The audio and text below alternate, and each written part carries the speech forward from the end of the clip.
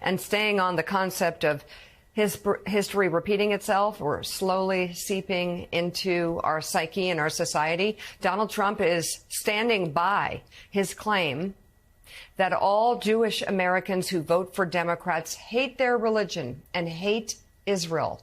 Speaking to reporters while casting a Florida primary ballot for himself yesterday, the presumptive 2024 Republican nominee followed up on his comments from Monday. Here are his initial remarks, followed by what he said yesterday. Why do the Democrats hate Bibi Netanyahu?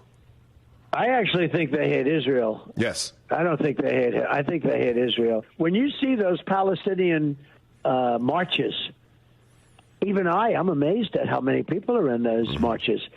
And guys like Schumer see that, and to him it's votes. I think it's votes more than anything else, because he was always pro-Israel. He's very anti-Israel now. Any Jewish person that votes for Democrats hates their religion, they hate everything about Israel, and they should be ashamed of themselves. I think that the Democrats have been very, very opposed to Jewish people. That's true, and to Israel. All you have to do is look at Senator Schumer. What he did with Israel is a disgrace, and I think Israel will probably not forget it very soon. It's a very sad situation. On Capitol Hill yesterday, Senate Majority Leader Chuck Schumer condemned Trump's comments, and we also heard reaction from a number of Senate Republicans. The former president's comments were utterly disgusting and a textbook example of the kind of anti-Semitism facing Jews, pushing the dangerous anti-Semitism trope of dual loyalty. To say you hate Israel or your religion because you have one political view over the other is sick, it's hateful. It is unadulterated anti-Semitism. That's highly offensive. We do not in this country attack people based upon their religious beliefs or their political views. It's a terrible mistake on his part, for which he really ought to apologize, but won't. President Trump chooses words that I don't always choose, but he's not wrong about, I think, Democrat leaders failing the Israeli state. I haven't seen that. I don't know the context. I think that's a sort of broad, sweeping generalization, which would be hard to justify. I don't know why any Jewish person would support Democrats. And the Biden administration is not holding, Hamas accountable. I guess I prefer that you keep people's religious faith out of these discussions, but like I said, these guys are going to litigate the campaign the way that they're going to do it. My expectation is going to be very spirited. All right. Disgusting, hateful, offensive, deeply disturbing. Listen, it's time, and it's not hyperbole, it's not exaggeration, but I would say that it's time to start looking at Donald Trump for the danger that he is, and looking at the history from 1939 to the present of how it happens. Jonathan Lemire, if you read books on fascism and dictatorships and how it happens, there are through lines that are happening here in America, and the choice is very real. And for people who like democracy, this is a frightening moment. Yeah, there are some dark, ominous parallels here, that the language that Trump uses and is then parroted by his supporters. It is, as Senator Schumer said, deeply offensive. The people, you can support the state of Israel and yet have disagreements with it. You can support the state of Israel and be a Democrat. You don't have to be a Republican. And Sam Stein, it's sort of the usual collection of responses from Trump's fellow members of the GOP. Someone like Senator Mitt Romney forcefully condemns it, as he always does. Good for him. A few others have been pretty good on stuff like this. Senator Cassidy is willing to break with him from time to time. But others do the routine of, oh, I haven't seen it. Oh, I can't comment on it. And others just simply back him up and agree with what is deeply offensive, not just for Jewish people, but for anyone who loves democracy. Yeah, I think the word you used, routine, is the appropriate one here, because there is something routine about this. It's not just the responses that lawmakers on the Hill made, which we've all become very familiar with, those who haven't had the time to see the tweet or witness the statement, and those who do, but are more often than not leaving Congress because they don't like the politics of it, but also the routine of the comments themselves. I mean, this is not the first time that Trump has used this trope. He's talked about dual loyalty before. He's used the phrase dual loyalty before. He's questioned how Jewish Americans can vote Democratic. He's questioned how any Jewish American could be critical of the Netanyahu government. So this is not something that's new. And I think part of what Mika was getting at, although I don't want to speak for her, but I think part of what's alarming for some folks is that there's a familiarity with it and that we've grown almost accustomed to it. And that it becomes a routine, as you pointed out, Jonathan, and then we don't get bothered by it. And I think that's what is the worry for some folks who say, look, this comment is well beyond the pale, is anti-Semitic in nature, and should be condemned. Sure. Admiral, you and Mika were discussing sort of the parallels to 1930s Europe and America. And what strikes me is that time in America, this country was led by Franklin Roosevelt. And we are facing the prospect of instead, rather than that, we had not, there were certainly forces within the United States that were isolationists and somewhat sympathetic to there's some, somewhat isolationist, let's say. Yeah. But we didn't have things like January 6th happening here, right? We weren't facing the prospect of a leader that had aligned himself with Hitler as Trump has aligned himself with Putin. So process that for us, that in the U.S., what has taken hold in the United States, what it can mean for a Trump presidency when you look at the parallels between now and Europe in the 30s.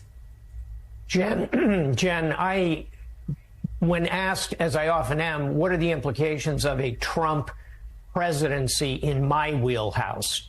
I'll let the domestic politics to the excellent Morning Joe team. But internationally, I get the question constantly from all around the world. And I think the two dangers, you put your finger on one, is isolationism. It would not serve this nation well over time. And I think the 1930s are instructive. We tried that. We pulled back to the United States. We rejected the League of Nations, the predecessor to the UN. We erected massive trade barriers, tariffs, Hawley-Smoot tariffs. How'd that work out? Well, we cracked the global economy. We were attacked at Pearl Harbor. And Nazi Germany, by the way, declared war on us. So history will find us. Isolationism doesn't work. And the other thing I worry about a lot, and you're seeing it here, is the unpredictability, the erratic behavior that bleeds into foreign policy. The world wants stability and guidance and a central set of thoughts from the United States of America. And it's hard to see that from Donald Trump, going back to what we just talked about, because his comments are not only erratic, they're incendiary and they're divisive, incredibly divisive. And last thought, think how all of this is received in Moscow, in Beijing, in Tehran, in Caracas, in Pyongyang, North Korea. They are thrilled when they see us divided and arguing and driving stakes between different segments of our population. Those are the big three dangers here. It's the erratic, it's the isolationism, and it's the division of our society. All of those things are causing people to do high fives in the nations that oppose us and hate us. A very heavy conversation to have about the big three dangers and the threat from within first thing in the morning, but we need to have it. We need to face it. We need to notice this every day and not be numbed by it, because the risks are high here and they're right in front of us. Retired four-star Navy Admiral James Stavridis, thank you very much. Trump is running out of time to secure an appeal bond for his civil fraud case. The former president has until Monday to come up with the cash for the $464 million judgment with interest. If he doesn't, New York Attorney General Letitia James could start seizing his assets. His lawyers on Monday asked an appeals court to stop the collection proceedings because they have not found a bond company that is willing to back Trump. According to his lawyers, the former president would actually need to put up nearly $557 million worth of collateral. As the New York Times points out, most of Trump's wealth is tied to his real estate assets, which bond companies will not accept as collateral. Yesterday, senior Fox Business correspondent Charlie Gasparino explained why Trump's billionaire friends have yet to help him out. What is behind their reluctance? Well, it's as of now, so right. let's see. I mean, are they afraid that they might not see it anytime soon? The money, if he even succeeds on appeal, what's yeah? I mean, that's one thing. I mean, I think I don't want to, I don't want to speak for Bernie Marcus, that's for sure. But just generally, Donald doesn't have a great record at paying back banks over the years, and Donald Trump. So you can sort of surmise from that what you will. Joining us now, MSNBC legal analyst Danny Cevallos, also with us, NBC News legal analyst and former federal prosecutor Andrew Weissmann. He is co-author of the new book on the Trump indictments. Question for you both. Andrew, I'll start with you. I would think a judgment in a civil trial would finding the defendant liable means the consequences that he has to pay with his own money. That's pay the consequence. Are there rules around who pays these judgments, or can anyone jump in and bail him out, and inevitably is Trump going to get that, some political supporter perhaps could help him? So anybody can jump in, to answer your question. Really? There's no restriction on getting a friend. It can be an American. It can be somebody overseas. Anybody can come in. But so far, that hasn't happened. I think one thing that we have learned is Donald Trump simply, in spite of what he has been telling the public, does not have the money. His story is that he does not have liquid assets. He doesn't have cash to put up to satisfy the bond. And the bond, by the way, is typical. That's a standard thing. And his claim that, well, he can't do that because all of his real assets are in real estate, which is illiquid, that doesn't really make any sense. If he really had real estate with equity in it, he would do what many, many homeowners do, which is get a mortgage. And he can use that money to put up the bond. So he also clearly does not have equity in either cash or in the real estate to put up the amount of money. So I think on Monday, absent the court lowering the amount or somehow staying the bond requirement, we're going to be seeing Tish James seizing assets, and she will find out everything. But here's the thing. Here's the thing on seizing assets. Andrew's exactly right. But the challenge here is actually what that looks like. And this is why ordinarily plaintiffs' attorneys and private firms aren't really big fans of being able to seize assets after a judgment like this. They'd much rather go after a company or an individual who's covered by an insurance policy that usually has liquid available to pay a judgment. Most plaintiffs' attorneys are not that interested in the trouble of seizing assets. It's not fun. It's not easy. I imagine Donald Trump has protected himself with layers and layers of protection that we haven't even seen yet, that Tish James may not even know about. So it's not going to be an easy process. It won't be as simple as just freezing assets or walking in with a giant padlock in front of one of the Trump buildings and getting that money within a week. It's going to take some time. Most plaintiffs' attorneys are not really that interested in executing judgment. But if you're Tish James and you're a government agency, then those are the kinds of things you're not too worried about. Andrew, what are the chances, though, he doesn't have someone come up with the money for him and get away with this and everything else he seems to be getting away with? Seems to be. I know the legal process moves slowly and they don't listen to people like us. But Jared Kushner walked away from Saudi Arabia with $2 billion. He's buying land in Eastern European countries and building. I mean, there's just, I think, a slight chance he has access to the money. Well, that is everyone's national security concern, is that there will be somebody, just hypothetically, like an Elon Musk here in the United States, or sort of in a maybe equally or more scary way, somebody like an MBS or a Russian oligarch who's going to think this is a very good investment because if he becomes president, there will be 464 million reasons why Donald Trump will favor that person in terms of his policies. So I agree with you. I think that his, best strategy, his best exit strategy, so that there isn't the seizure of assets and also the disclosure of just how fragile his empire is, to keep that all under wraps, his best strategy is to find that third party, even if it is a foreigner, who will loan him the money. Okay, we need to continue this conversation because I want to understand more about how that's possible. And we begin with last night's primary results and the closely watched Republican Senate race in Ohio. So NBC News projects Trump-backed Bernie Moreno has won the GOP primary in the Buckeye State. Moreno beat out two other candidates by a considerable margin.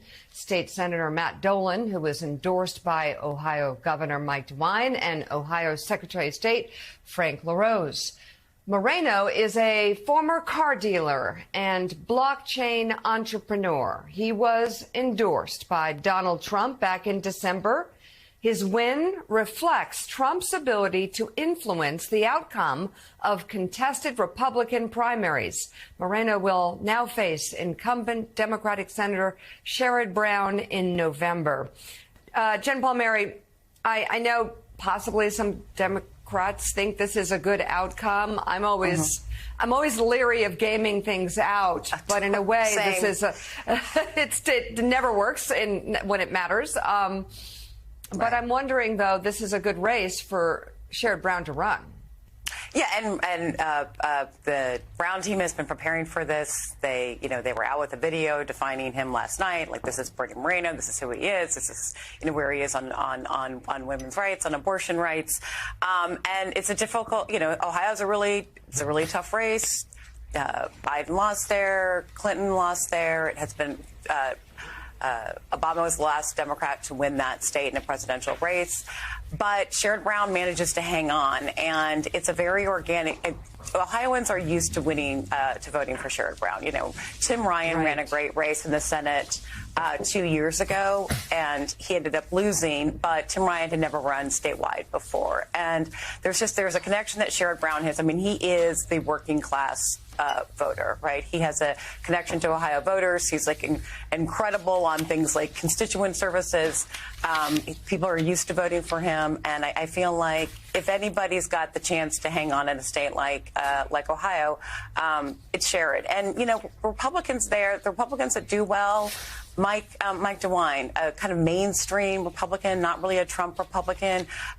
It is, that's like kind of the Midwestern Republican Party, establishment Republican Party that does well there. So, we feel like Sherrod's got a great chance. Yeah, to the point, it's certainly mainstream Republican Party, except they also just voted for J.D. Vance as senator there in Ohio. Sam, let's talk about this race. And we should note that Senator Sherrod Brown will join us on Morning Joe a little later this morning to talk about the campaign to come. This is a real pickup opportunity for Republicans. They believe the Senate is so tight, and Democrats have all but conceded that West Virginia is going to flip. It'll go red. And therefore, the Republicans only need to get one or two more. One of two, really. It's either Ohio with Sherrod Brown or perhaps Montana going after Senator Jon Tester. What's your read on this race, on not just the Brown versus Moreno matchup, but also how this candidate shows again this is Donald Trump's party? Yeah, I mean, people really need to understand, because Joe Manchin has retired in West Virginia, that seat is all but certainly gone for Democrats, which means it's basically a 50-50 Senate. And in that case, all Republicans have to do is flip one seat. And Democrats really don't have a viable pickup opportunity, as in an opportunity to flip a Republican-held seat. So, to your point, Jonathan, main opportunities for Republicans right now, Ohio and Montana, but there are others. It's a tough road for Democrats to cycle, an extremely difficult map. With respect to Ohio, yeah, I mean, if there's ever a candidate that will defy the trends of the state, and it's trending very red. It's not, it's hard to imagine, but it was the quintessential battleground state not so long ago. Now that's not the case, but it would be Sherrod Brown. Obviously, he's got roots in the state. He's won before, but those were relatively easier cycles. 2006 was a Democratic wave. 2012, he was with Obama on the top of the ballot. 2018 was backlash to Trump. This is a very different cycle for him, so it's going to be tough. I will say, when you talk to Democratic operatives in D.C., they feel like, if anyone's going to defy it, it's Sherrod Brown. Bernie Moreno was the candidate that they wanted, and they point to the fact that Trump has a great record of picking candidates in primaries. But those candidates do not have a great record of going on to win in general elections. The last cycle is proof of this. Blake Masters, Herschel Walker, Dr. Oz, all candidates for Senate that Trump got behind, all of whom lost winnable races. That was a different cycle, but it was supposed to be a Republican cycle. This one will be tricky for Sherrod. But in the closely watched Republican U.S. Senate race in Ohio, NBC News projects Trump-backed Bernie Moreno has won the GOP primary in the Buckeye State. Moreno beat out two other candidates by a considerable margin. State Senator Matt Dolan, who was endorsed by Ohio Governor Mike DeWine and Ohio Secretary of State Frank LaRose. Moreno is a former car dealer and blockchain entrepreneur. He was endorsed by Donald Trump back in December. Moreno will now face incumbent Democratic Senator Sherrod Brown in November, and Senator Brown joins us now. Good morning, Senator. Thank you for being on the show. Nice to be with what you. do you make of your competitor? Why don't you start right now? What's the contrast? Well, the contrast is pretty clear. I mean, my record, as Claire knows, is to reach across the aisle and get things done, whether it was the PACT Act, whether it was the CHIPS Act, whether it's fighting fentanyl at the border and keeping sanctioning China and Mexico and keeping this stuff out of our country and off our streets. And my opponent has always looked out for himself. He's even said he's not going to work with people whom he disagrees with in Washington, which means he's not fighting for Ohio. He's not representing Ohio. And I think the best example of that is even though Ohio strongly, decisively, importantly passed abortion rights constitutional amendment by 13 points last fall, my opponent continues to say that we should have a national abortion ban. No exceptions for rape, no exceptions for life of the mother. And so we know that the arrogance of, even though we said that by 13 points in the state, he's going to continue to fight against it, tells you he's looking out for himself more than the people of Ohio. Claire McCaskill, jump in.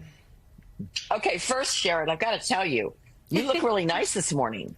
I don't know if Connie had a hand in your hair is Connie combed, your tie is all neat. This is not Connie. the Sherrod Brown that has sometimes wandered the halls of the United States Senate. So first, that. Second, I just got a haircut, so give me a break, Claire. There you go. There you go. There you go. Thank you.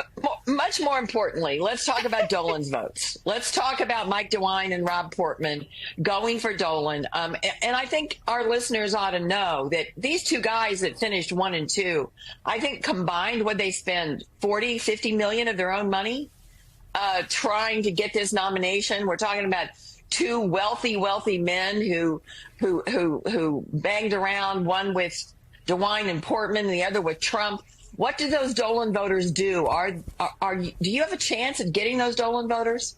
Oh, absolutely we do, because Dolan ran a campaign like DeWine, like Portman would run. I spoke to DeWine. I spoke to the governor 3 days ago, working together on helping the victims that lost 3 people died, and a lot of people lost their businesses and their homes in Logan County. And I'm talking to the governor about that, and it's clear. I mean, he's somebody who wants to get things done, as Rob Portman was, and I teamed up with Portman on all kinds of things: the Brent Spence Bridge and the Patterson Bridge in Dayton, and what we've done with over the Cuyahoga and Akron, and a whole bunch of NASA Glen and other things.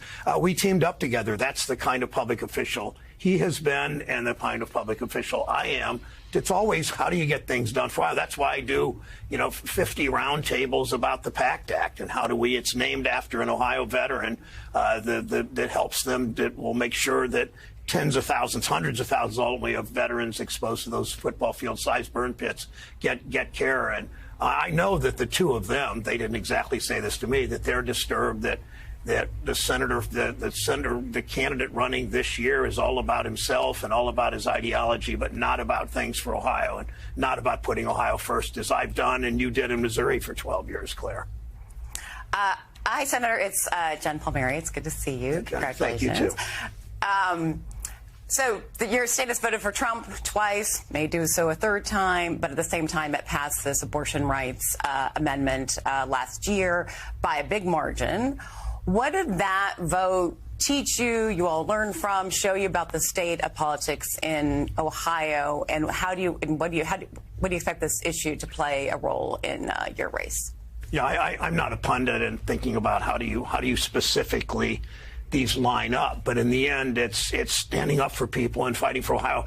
Jen, you said early in the show before I got on, talked about constituent service. We do it better in Ohio. J.D. Vance told me that I do better constituent service. My office does. I have a terrific office because it's the building blocks of government. Somebody calls about a Social Security check. Somebody calls about his mother and Medicaid. Somebody calls about something that happens, and Norfolk Southern is essentially abandoned communities around Ohio when they have a problem with they're not maintaining their tracks and their bridges, all those kinds of things. We go to bat for them, and that's sort of the basic building block of government. That's why we win. I mean, we figure out what kind of problems do you have. It might be an individual Medicaid situation or Medicare situation. It might be a tax issue. We got to call IRS. But you also look at a community. Akron just got designated one of only 11 communities in the country as a tech hub because of their leadership in tires and then polymers. We just had an announcement today. The only one of its kind, the only chip factory that's being built east of the Mississippi, a big investment from the federal government. We announced it this morning with the Department of Commerce. We're doing things, whether it's one person at a time or whether it's communities or the whole state. If you do the kinds of outreach around the state, I said 40-some roundtables on the PACT Act. I've done probably 500 around the state, and I learned things. That's where I got the idea with the PACT Act. That's where I got the idea on the pension issue, all those things you fight for. And that's my view of government, and that's why I'm going to win. Because you contrast that with a guy that's just out for himself and wants to override the state's decisive vote on abortion rights, thinking politicians should do it and not women and their doctors. It's pretty clear who wins in the end. Democratic Senator Sherrod Brown with a hat tip to Connie of Ohio. Thank you very much for being on this morning. Thanks always. All Thanks. right. President Biden is in Arizona today to announce a massive $8.5 billion with a B dollar agreement with tech giant Intel. The investment through the president's CHIPS and Science Act is set to create tens of thousands of jobs across the country. Biden will be joined by Commerce Secretary Gina Raimondo, who recently spoke about the importance of the legislation. Everything is powered by semiconductors. Windshield wipers, phones, pacemakers, pretty much every piece of military equipment. They're everywhere, and everything fundamental to our lives, from the moment you wake up in the morning until the moment you go to bed. But now, on top of all of that, there's been a game changer in the demand for leading-edge semiconductor chips. You all know what it is. AI. It takes tens of thousands of leading-edge semiconductor chips to train a single large language model. The truth of it is, AI will be the defining technology of our generation. You can't lead in AI if you don't lead in making leading-edge chips. And so our work in implementing the CHIPS Act just got a whole lot more important.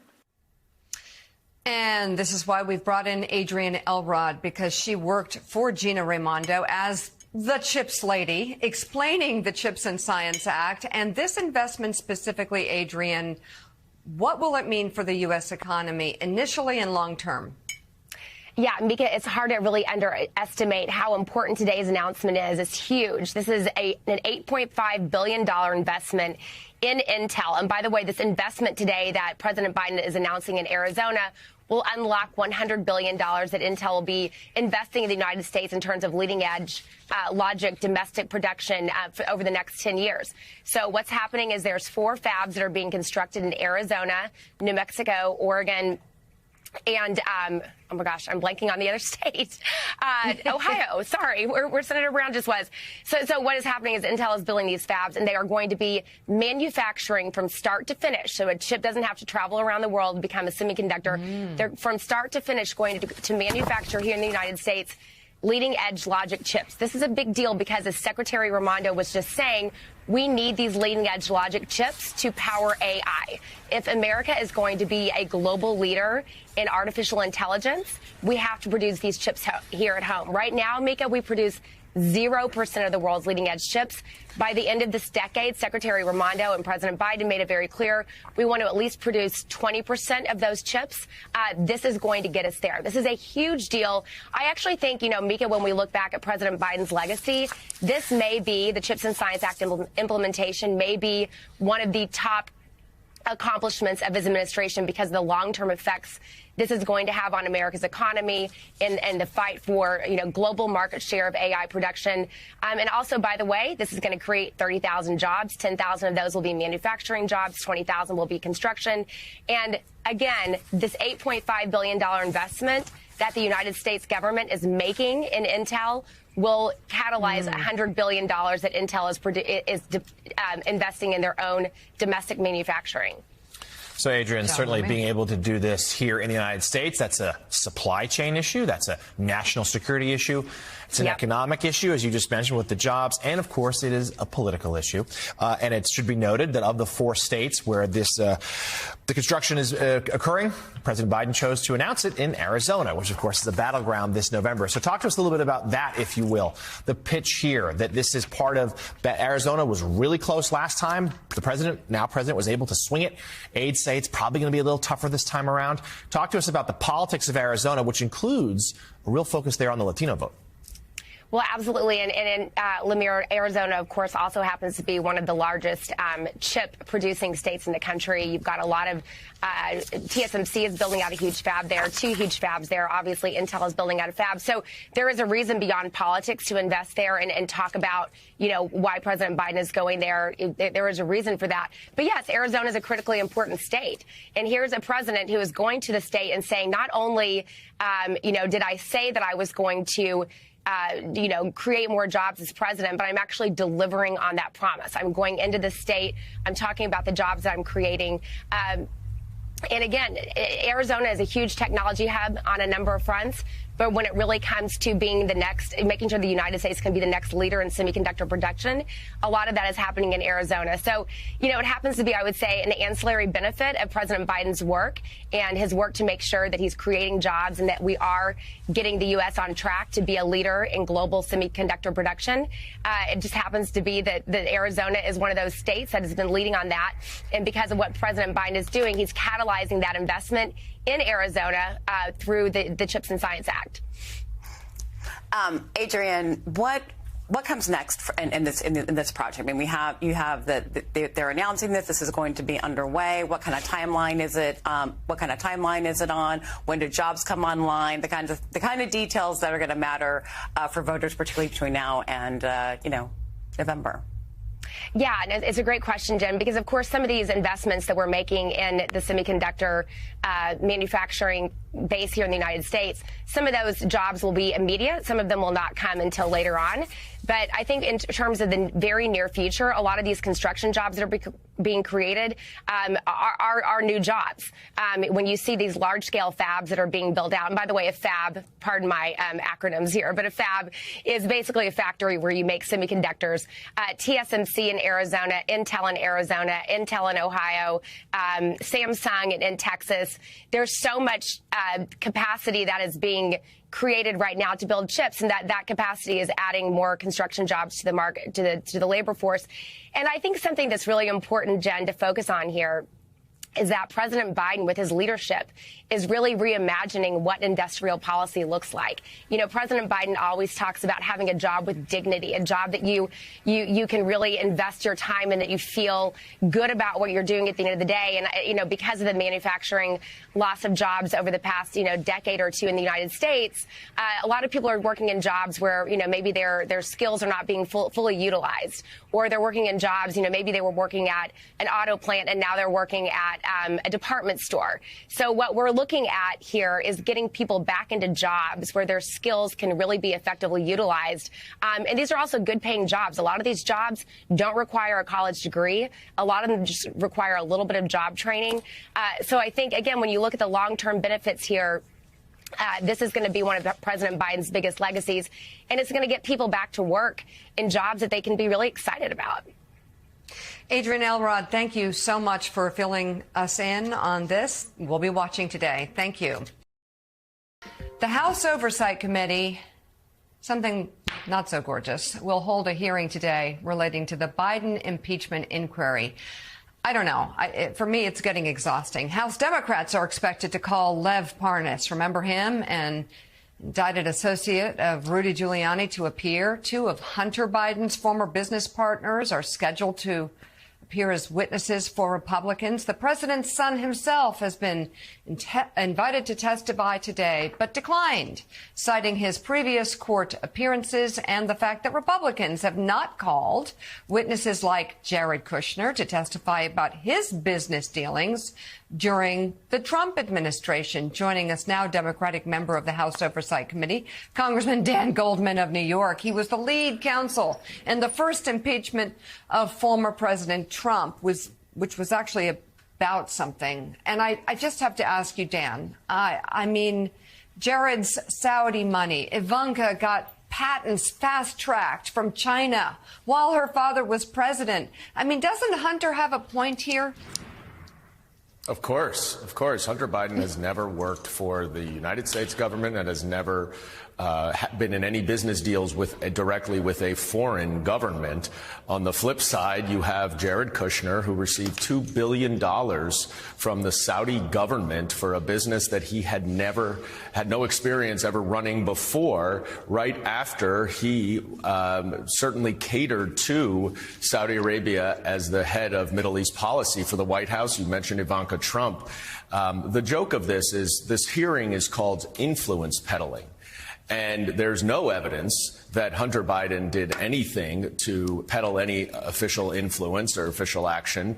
On the flip side, the Jared Kushner, Ivanka Trump, the other Trumps, Donald Trump himself with $8 million of profits while he was president from foreign governments.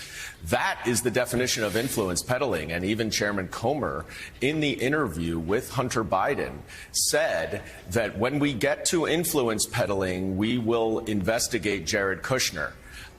Yet we will not see Jared Kushner today.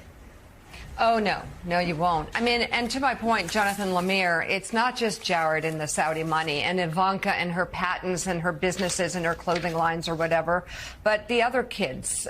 There's so much influence peddling going on. Where to begin? Some of them have mini media empires spreading disinformation. I think Lara Trump, the RNC now. I mean, where do we begin when it comes to the questions about abuse of power and influence peddling? Because here you have Hunter, who has made mistakes, who has absolutely used bad judgment, who says that himself, who wrote about it in his book. We know all about this. He wrote about it.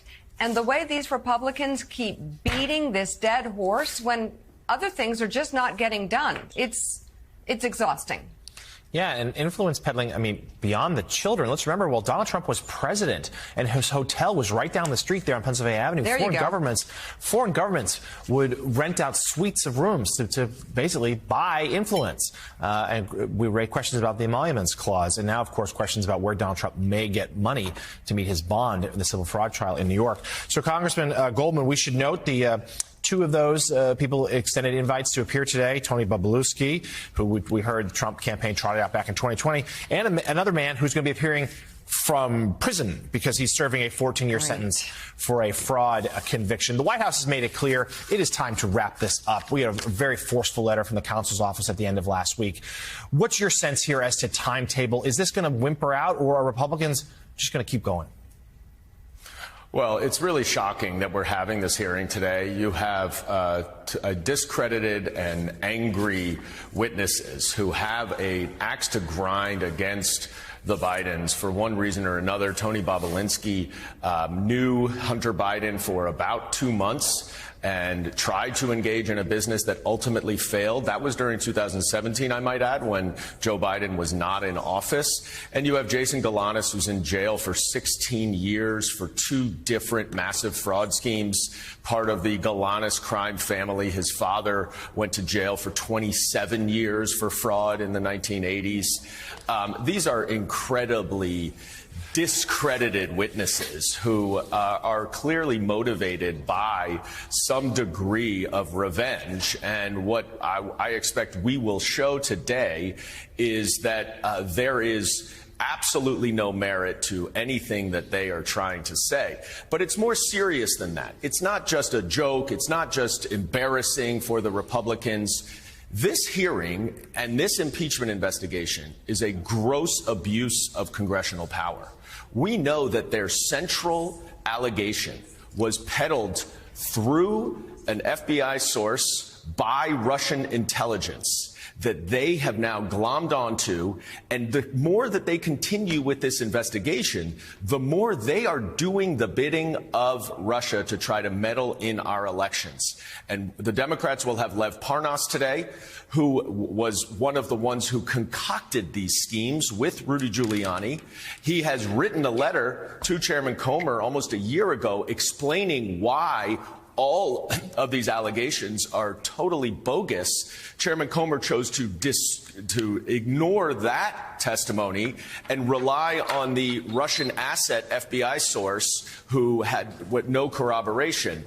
So this is a fishing expedition that is just continuing and is far more serious, especially when you look at the needs that we have around the world, supporting Ukraine, supporting Israel, supporting the Palestinian citizens in Gaza, trying to fund the government now almost half of the year into the year-long budget. It's embarrassing that nothing is getting done by the Republicans except they keep going with this partisan election meddling and interference using the official authority of Congress.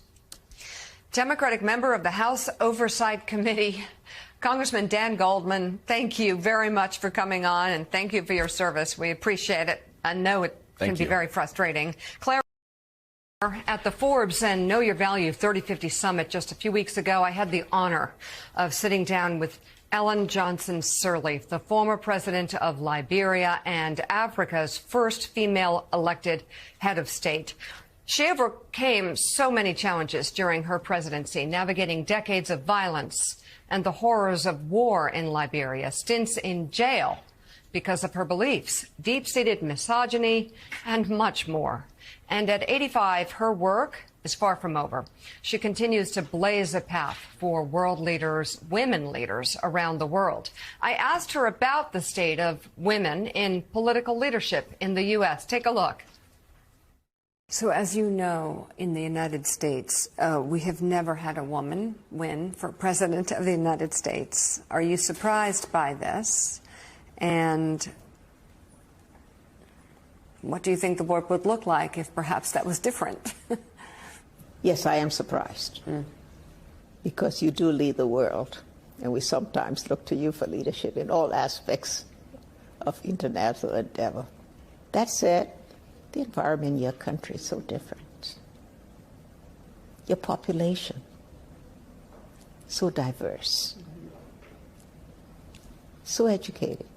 Sometimes it's so difficult to focus on what you can be. But I think the examples of women in leadership roles all over the world, as few as they may be, is so exemplary that you can pick each one of them and find what it takes to be a leader. You know, not only the competence and the courage and the character, but also the ability to be different, to be sensitive to humankind, to be able to one that support consultation, compromise, those things that reduce the tension and minimize the chances of conflict. We're joined by MSNBC contributor Huma Abedin. She's vice chair of the Forbes and Know Your Value 3050 Summit. And also with us, editor of Forbes Women, Maggie McGrath. She, of course, a driving force behind the summit and the partnership. Huma, I'll start with you. I mean, former President Sirleaf's remarks and her contribution at the summit was amazing. If you could talk a little bit more about what she says about bringing women leaders to the table and the impact she's still having in the world. You know, Mika, she singularly exemplifies why we need more women leaders, particularly heads of government, and I would put this country at the top of that list. When we sat down and talked about who we wanted to honor with the Lifetime Achievement Award, who you wanted to have an iconic conversation with, there was only one person we targeted, and it was Ellen Johnson Sirleaf.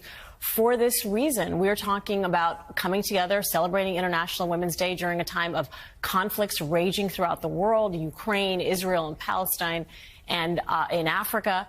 And how do we address these conflicts without having conversations about the role women can play in peaceful negotiations? We're still at a time when women's participation is low, and she is an example of success. She talked about compromise and empathy and coming together, reducing tension, getting to the root cause of these conflicts, and focusing on education. And when you look at recent peace negotiations, for example, in Libya and Yemen, in these conversations, 0% of the people at the table have been women. In Afghanistan, it was 10%. And in Liberia, 20% of the conversations have been included women participating. And that's a direct line to her leadership. So important to remind the world of who she is and why we need more women like her. Yeah, especially with this cross-cultural audience, I think, you know, depending on the background and the culture each woman came from, I mean, they were captivated for many different reasons. Maggie, your reflections. Yes, I think President Sirleaf really told our audience what they needed to hear at this moment in time. We have more than 400 women who are themselves change makers and leaders, and they have power and influence.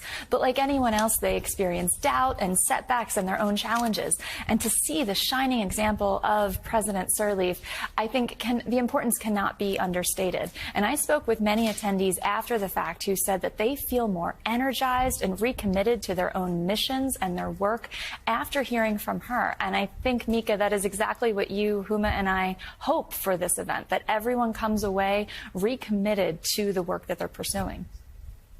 Yeah. I also asked her about her take on America's upcoming presidential election. Look at this. I hope it's okay to ask this. I'm curious to get your take on the upcoming presidential election in the United States. Especially given how women have really been set back in America, in a country that's supposed to be leading. We in the other part of the global environment look to the United States for leadership. It encourages us, it enables us. We then feel that we have a roadmap of international standards to which we all must comply. And sometimes the pilot is missing. I get what you're saying. We don't have those kinds of constraining rules anyway in most of our countries. And you had addressed them in some of your laws, like Roe versus Wade. You had addressed them. For 50 years. So positively. And all of a sudden to see that that's gone away. We look at some of the professional research that say it will take 130 years to get full gender equity. Well, I don't accept that. And I don't think the women of the United States should accept that. I think we're ahead of you in Africa. We've elected democratically, a first woman president. But there is progress. I look at the young women in your Congress, and I look at even your Supreme Court. You still have the presence and the voice of women there also, and I think that's encouraging. Very positive, but Maggie, we also heard her say it sometimes feels, when it comes to the U.S., like the pilot is missing. Yikes. She really, I think, had a clear view of the problem, but still stayed positive. Yes, she does. I think she has a very clear view, and as I said before, I think she administered the information and the inspiration that our audience needs to take their own leadership forward. And I think it's important to hear someone call the United States out on our issues, on the ways we can improve, and so we can all recommit ourselves to this work. And Huma, for the women who were there, how inspiring. So inspiring. And I think that it was very presidential that she said we're a roadmap for international standards. We're in election season right now. We have a choice to make, and we could have leadership that divides us or leadership that continues to unite us. And I think I took that as a hat tip for peace and democracy. Huma Abedin, Maggie McGrath, as always, thank you so much. And you can see my extended sit-down interview with former President Sirleaf at knowyourvalue.com. And you can also head to Forbes.com to nominate a woman that you know, or perhaps know your own value and nominate yourself for the next 50 over 50 list. It's time. Thanks, guys.